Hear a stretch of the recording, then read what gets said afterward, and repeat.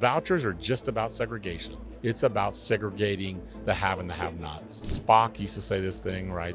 The needs of the many outweigh the needs of the few. This is the one area where I think it's the opposite. It's the needs of the few are driving the needs of the many.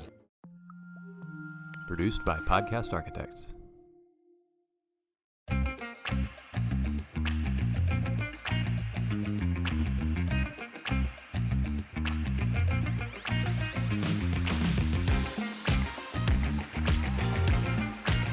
Welcome back to another episode of The Path Forward. We're here in Dallas, Texas, TexED Con 2023. I'm your host, Dr. Rick Fernandez. I got a friend of the show, guest, Superintendent Extraordinaire, Dr. Michael Cardona of San Marcos Consolidated Independent School District.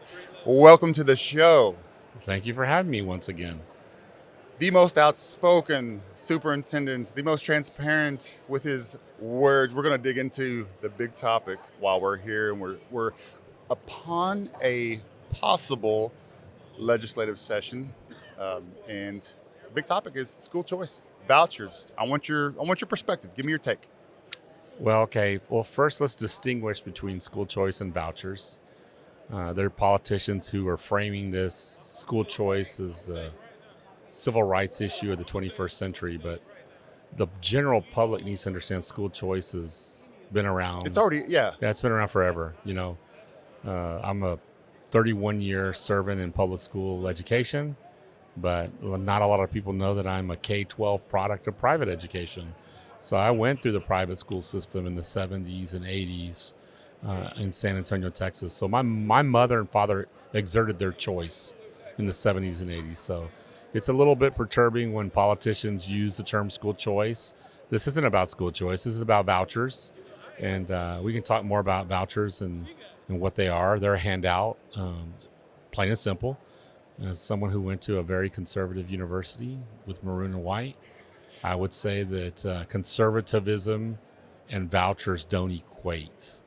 Explain that, though, because if I'm on the other side, right, arguing for it, I'm giving an opportunity for students to choose and to help with that cost of tuition to the private school of their choice or another school of their choice.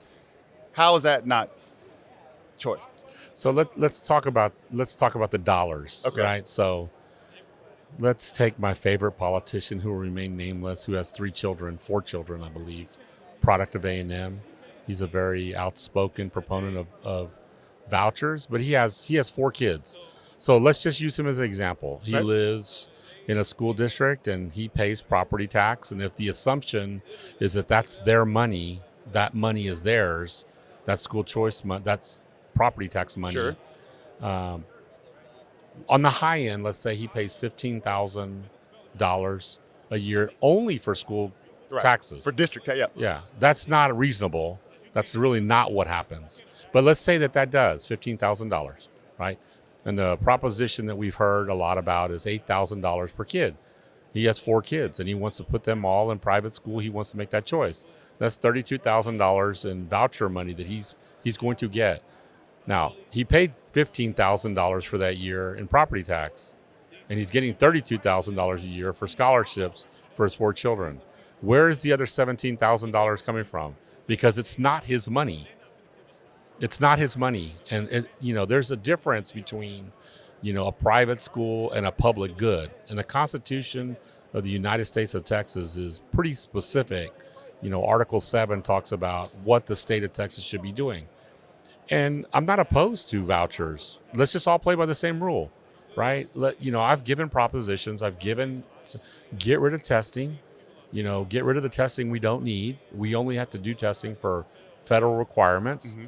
And if that's even an issue, then get rid of the federal requirement. I mean, they contribute, $6 billion a year to the state of Texas, whatever that number is. Right.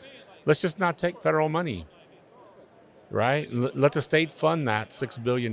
We already know they're not funding special ed to the tune of $2 billion a year. So they're not already meeting their Christian obligations. Okay. Because many of them, that's another argument, right? They're Christian politicians. They say we should not be worrying about giving money to Christian secular schools.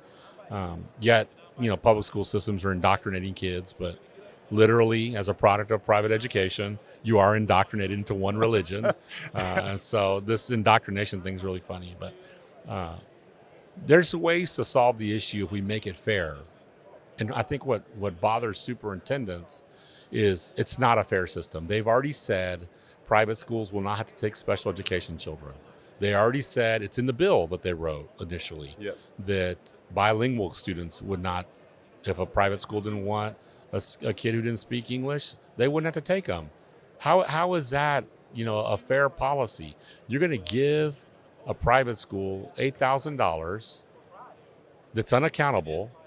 And then the crazy thing is the governor has come out and said he's going to create another department to manage this voucher system. I'm like, wait, we're a conservative state that doesn't believe in big government, but we're going to make it bigger to promote a segregation tool, because vouchers are just about segregation. Now, people get bristle when you say that word segregation, but it's about segregating kids. Now, segregation nowadays isn't about race, but it is about economics. Yes. 100% about economics. And this is going to benefit those kids whose families already made a choice, right? This is an entitlement to a group of parents, at rich, affluent schools that will get their $8,000 back per kid, as a thank you for the choices that they've made. But this really isn't about helping the education system. It's not about improving the education system. It's not about making the system better for everybody. It's about segregating the have and the have-nots. What I don't understand, or what I think is, even if you are 100%, you agree with the governor and you agree that that's what's needed, what I'm missing is we love to tout, and I'm very proud Texan, and I am proud that Texas is a draw for business and industry, because I think that's going to provide jobs 100%. for our communities and our kids. At some point, if you cripple your education system, whether intentionally or unintentionally, those businesses will stop coming here. Those businesses will go elsewhere because there is no workforce. And if your school systems cannot support those businesses that will bring families, and they're not going to come here, you're going to lose the ability to be a haven for innovation and growth, and Tesla and all these other companies that want to be here. I think that they're short-sighted with that piece of it. They'll leave. All of those people that make the decisions, these companies, they'll get out of town and go find somewhere else. Yeah, you mentioned Tesla. That's an interesting topic, right? Tesla, and maybe I'm wrong, but Elon Musk is a South African, right? He came from a segregated system. Yes. He came from the ruling class. So his perspective is very different, right? In South Africa, you have Afrikaner schools where you have, whites that can only be taught by whites. You have blacks who speak Afrikaner who can only be taught by whites, but blacks cannot teach whites, right? So his frame of reference is he's got a lot of power, and he carries a lot of weight in the state of Texas, but he's a big proponent of these pod systems, right? We hear a lot about these pod systems, and you saw it play out during COVID, where these families form small groups of pods, pool their money, right, and then pay for a teacher, which is part of this impetus, right? This get kids out. But again, it's segregation, right? We're pulling kids out of the system.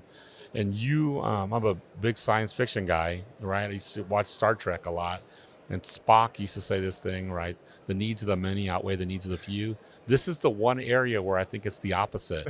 It's the needs of the few are driving the needs of the many, right? We have a great workforce in Texas, and a lot of that is produced by public school systems, right?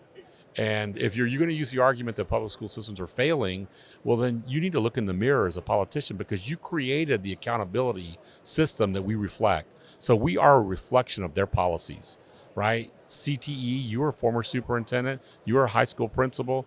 There was a time when we moved away from industry-based certifications. Yes. George Bush, No Child Left Behind, which left millions of kids behind because everybody was supposed to go to college. And then the business community got pissed off and came in and said, what are you doing to help our workforce? Yep. And so then we went back. And so then school systems adapted. And then TA commissioner got upset because school systems adapted. And we all bought into the governor's 20 by 30, 60% of students need to have some kind of industry-based certification, military, or go to college. We bought into that. We believed in that. It's good for kids. And once we met it, then the TA commissioner said, that's great you met it. Now I'm going to change your guidelines for a group of kids after they graduated. And so there's this narrative around school systems failing to push this voucher issue, but it's the system that's created this, right? It's the system that we're following that has created this narrative of now, oh, we need to give parents choice. They got choice. They have choice. Your former you Had you it for a know the while. 15 different PEG, school safety, academic accountability. We all have the different forms of school choice. This really is a not conservative policy.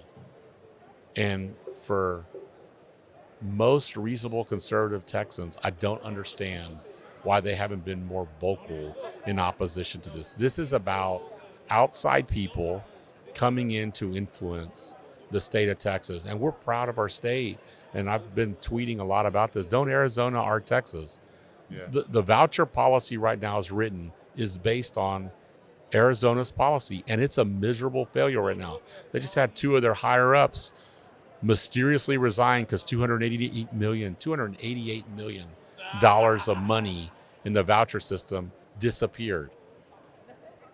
That's what we're talking about moving to, and we're much larger than Arizona. Like, this is madness. Like, it's madness. So what's the solution on the pieces we can control? Like, if we're school districts, and obviously other than voting, what are our options? What do we do to make sure that this type of event doesn't happen? Well, I think besides the voting, which is going to be too late, it's inundating the politicians in each area Sure. to exert pressure. And honestly, the business community needs to step in and say, like, this is not good for business. Like, what you're getting ready to do is not good for business. The problem is politicians right now see education as a cost, and they don't see the money as an investment. And we have no problem in the state of Texas. I think the last time I looked, spending $27,000 a year to house an inmate. We don't bat an eye about that. But yet we're talking about funding. Just fund us to the national average. Yes. Just fund us to the national average. But we tout, how much the budget for education has gone up, but we're still at the bottom, almost the bottom. 43rd. I mean, We're 43rd in the United States of funding our school system, and our teacher pay is like 46th. Something about that doesn't hold water. You can't be the most business intensive, want to be on the cutting edge, innovative, and yet your system that's going to provide the jobs and the know-how is at the bottom of resources. And make no mistake, we're talking about K-12 public ed. The next vouchers for colleges and universities. Oh, 100%. Right? Because they've targeted, the UTs and the A&Ms, for their. I mean, when A&M is getting targeted for woke ideologies, there's a problem with that. Like, it's a problem. And, that's next. It's going to be next. Well, we're going to give you $8,000 so you can go to your SMU or wherever. That's it's never enough. And, some of the politicians who are really big proponents of this are not Texan. They're not Texan. Right. They don't represent Texas values. And at the end of the day, 20 years from now, we're going to be regretting some of these decisions if they go through. I want your take on a possible solution to stem the tide. And being on the private side now, I get a whole different perspective of how things work and where the needs are. Should we not lean so heavy into career in tech and business intern, partners, apprenticeship, and not superficial, right? Not, hey, you come to class every once in a while, or you help us cut a ribbon, or even you donate something. Those things are great, and we're going to hopefully continue to be able to do that. But it has to be a more intimate connection where our businesses are part of guiding the school, part of guiding our curriculum.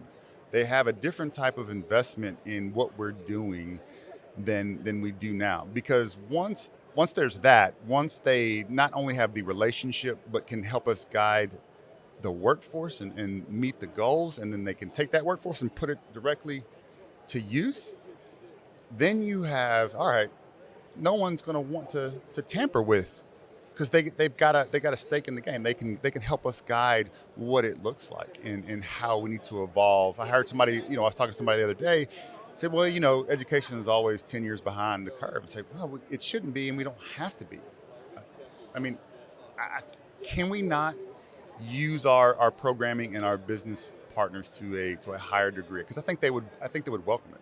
Yeah, I 100% agree with that.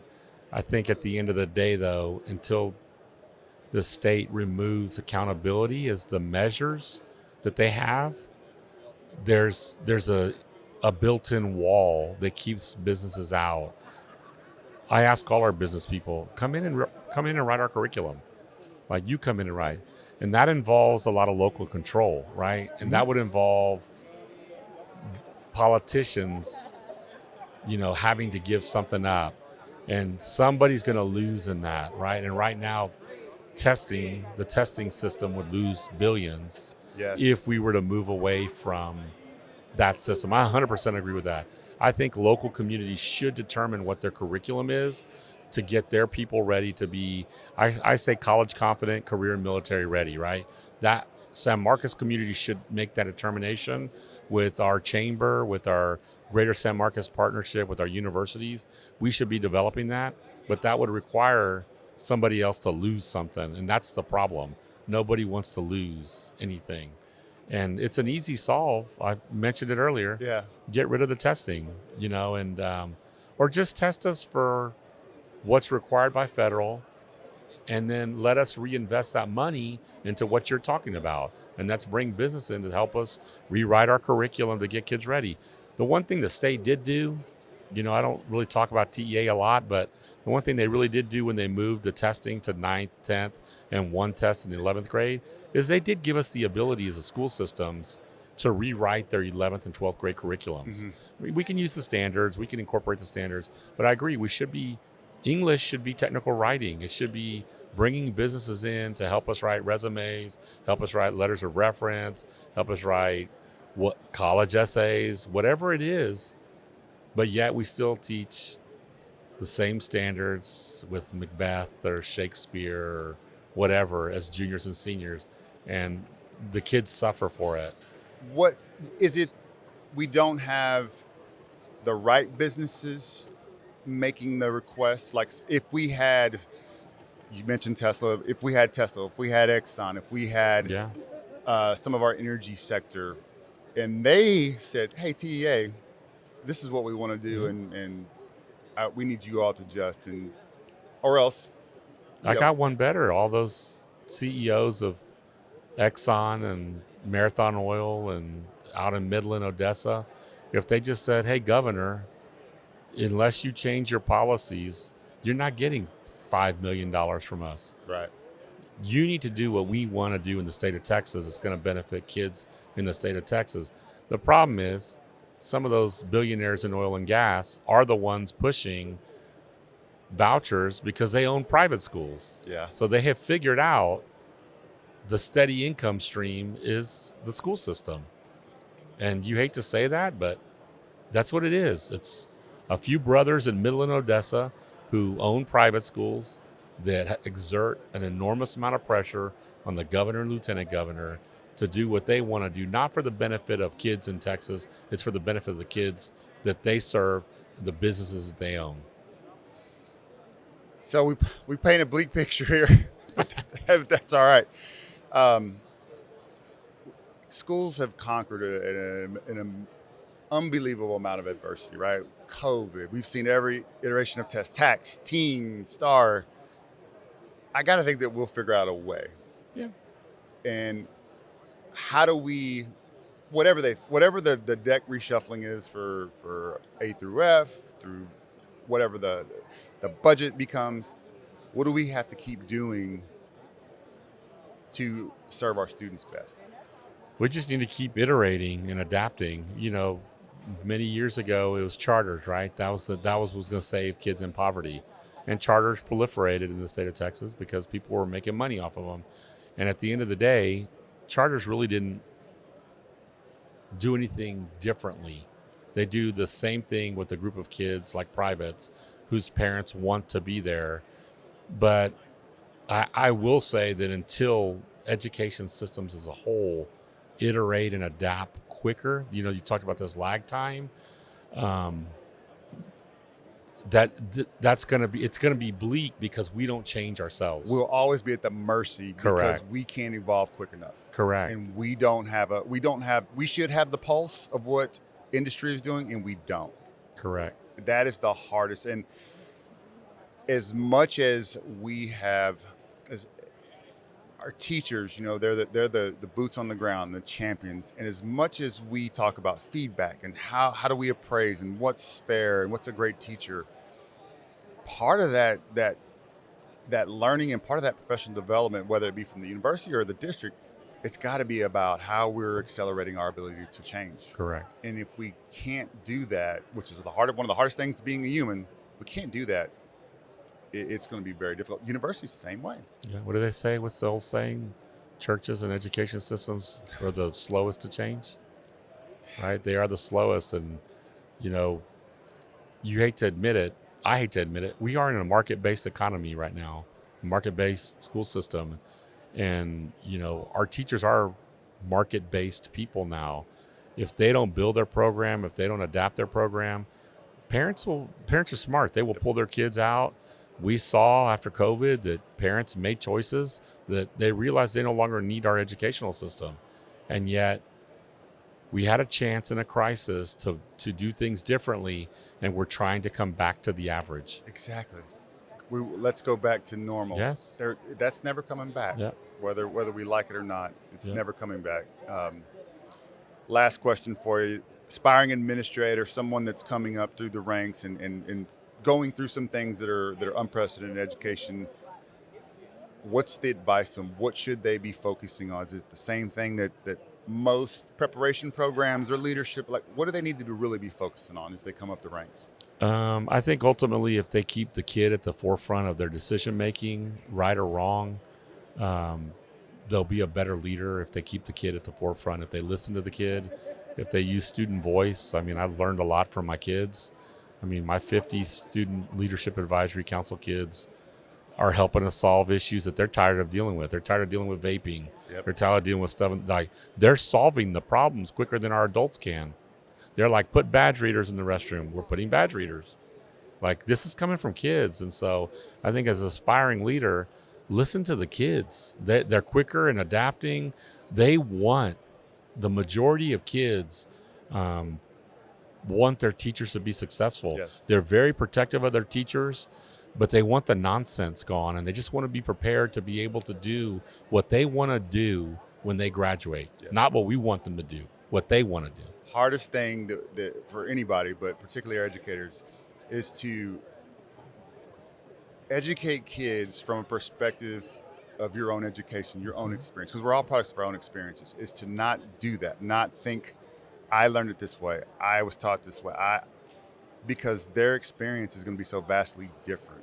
It's got to be, what do they need? And if I'm deficient in giving them that, how do I get better? Correct. Kids they're faster than us. Yeah. Yep. And they get bored quicker than us. most Yeah. I don't know, some superintendents, man.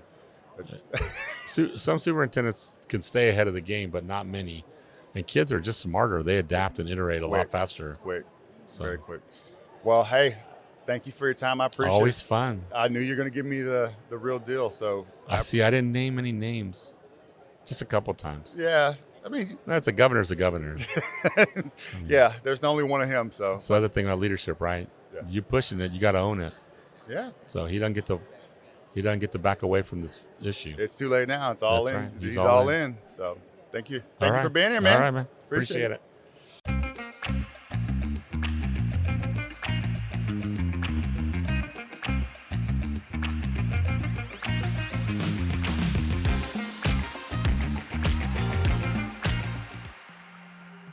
Produced by Podcast Architects.